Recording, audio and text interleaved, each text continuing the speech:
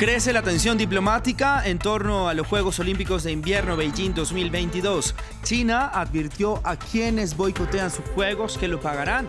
Este boicot diplomático lo inició Estados Unidos y se han sumado Australia, Canadá y Reino Unido.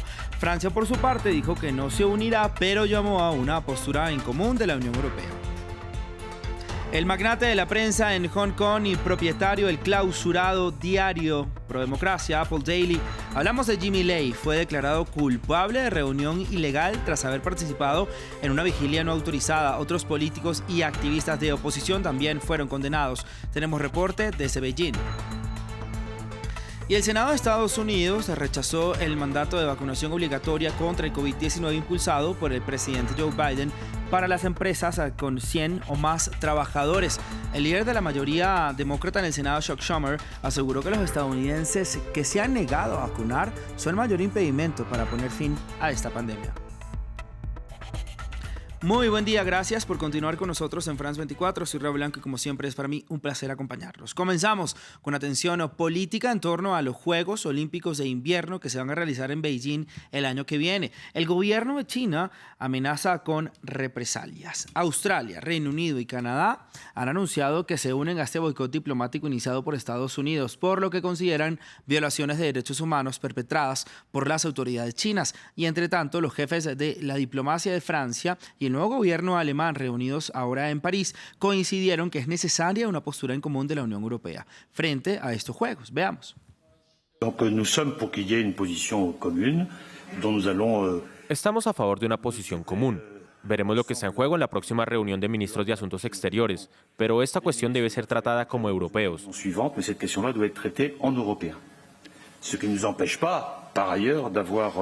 Sin embargo, esto no nos impide tener una posición estricta sobre los derechos humanos en China, que expresamos en particular cuando cuestionamos la situación de Peng Shuai, preguntas que aún quedan sin responder, una situación que fue un tema candente recientemente y que estamos siguiendo de cerca.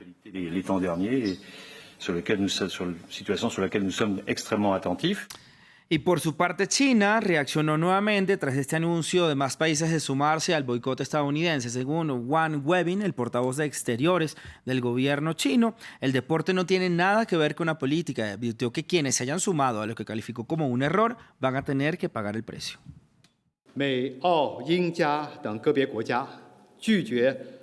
Estados Unidos, Australia, Reino Unido, Canadá y algunos otros países se han negado a honrar la tregua olímpica, adoptada por la Asamblea General de la ONU para los Juegos Olímpicos de Invierno de Beijing. Ellos inventaron, dirigieron y escenificaron unilateralmente esta farsa de no enviar funcionarios a los Juegos, dándole la espalda a la comunidad olímpica.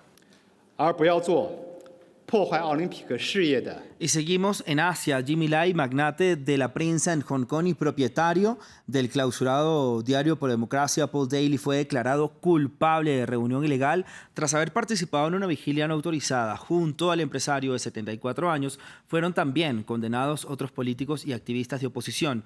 Nosotros previamente hablamos con nuestro corresponsal en Beijing, Adrián Foncillas, y nos informó al respecto. Veamos lo que nos dijo.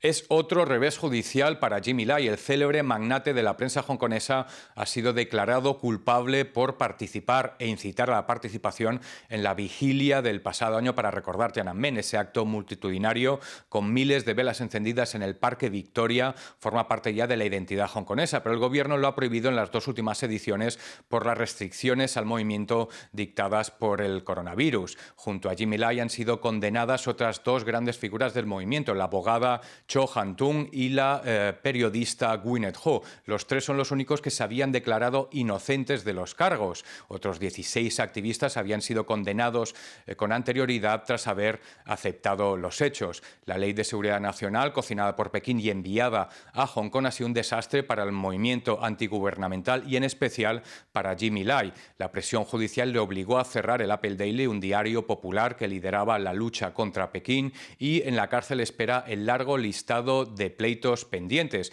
Esa ley divide a los hongkoneses. Para unos ha acabado con el marco de libertades, para otros, en cambio, devolvió la paz a la isla después de un año de disturbios sociales.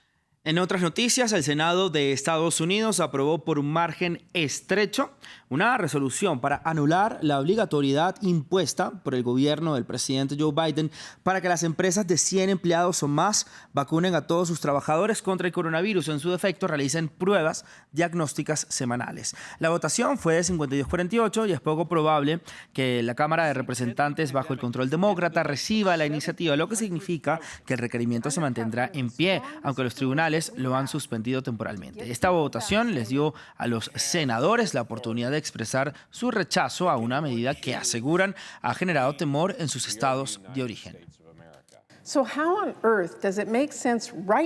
¿Cómo diablos tiene sentido en este momento socavar una de las herramientas más poderosas que tenemos para vacunar a la gente y detener este virus? ¿En qué mundo esto es una buena idea? El gobierno federal no tiene autoridad para hacer que nadie elija entre vacunarse o mantener su trabajo.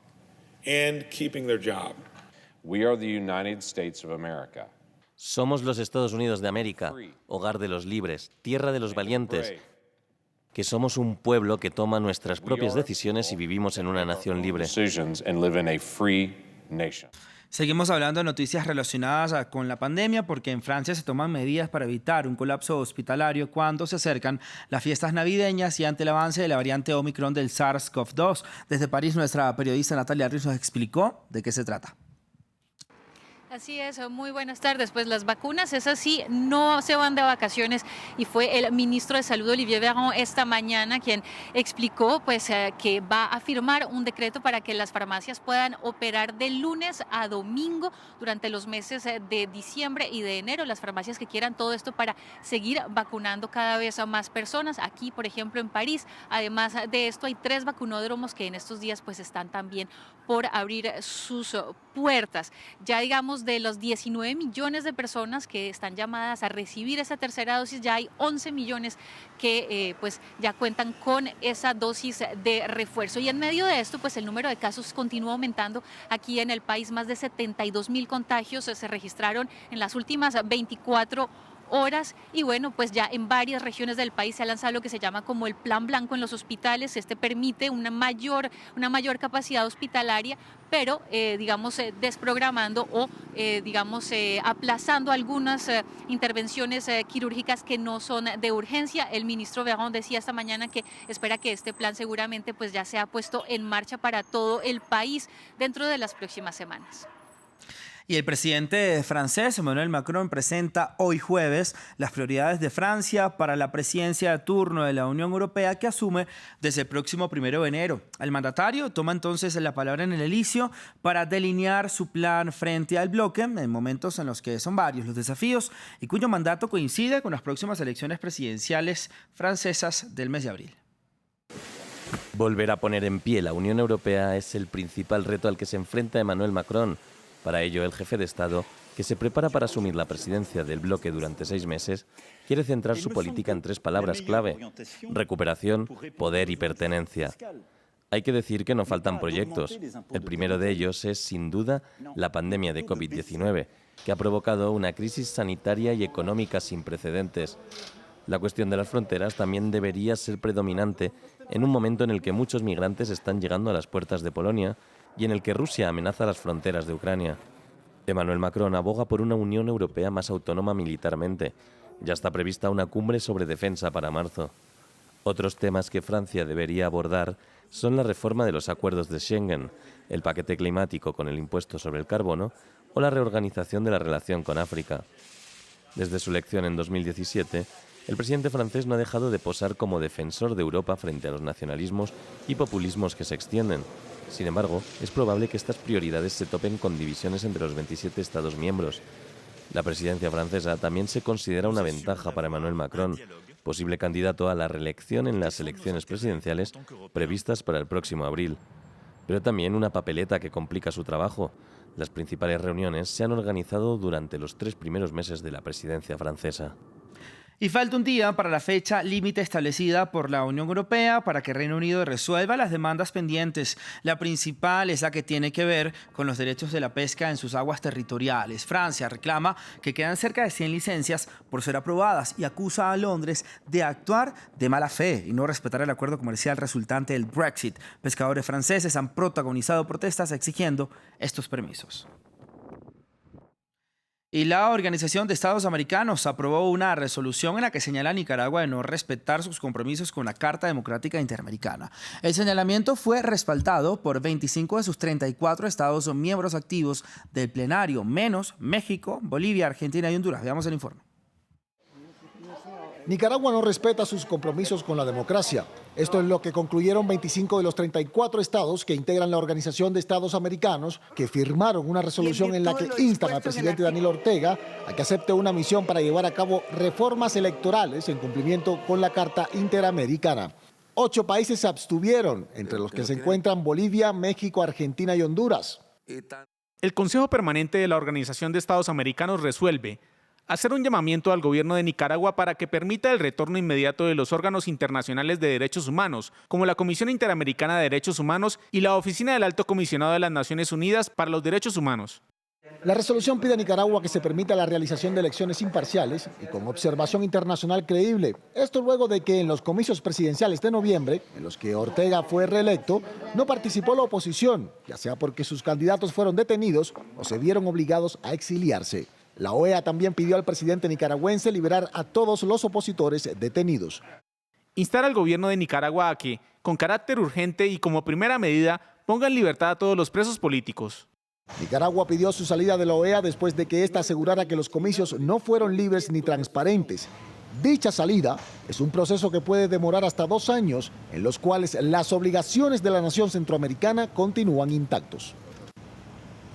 Cambiamos ahora de información. En India, el ministro de Defensa Rajnath Singh anunció una investigación de alto nivel para así esclarecer las causas del accidente de helicóptero del miércoles, en el que falleció el máximo responsable del ejército. Además, informó que el militar va a recibir un funeral con todos los honores en Nueva Delhi. En el siniestro murieron otras 13 personas y solo hubo un sobreviviente.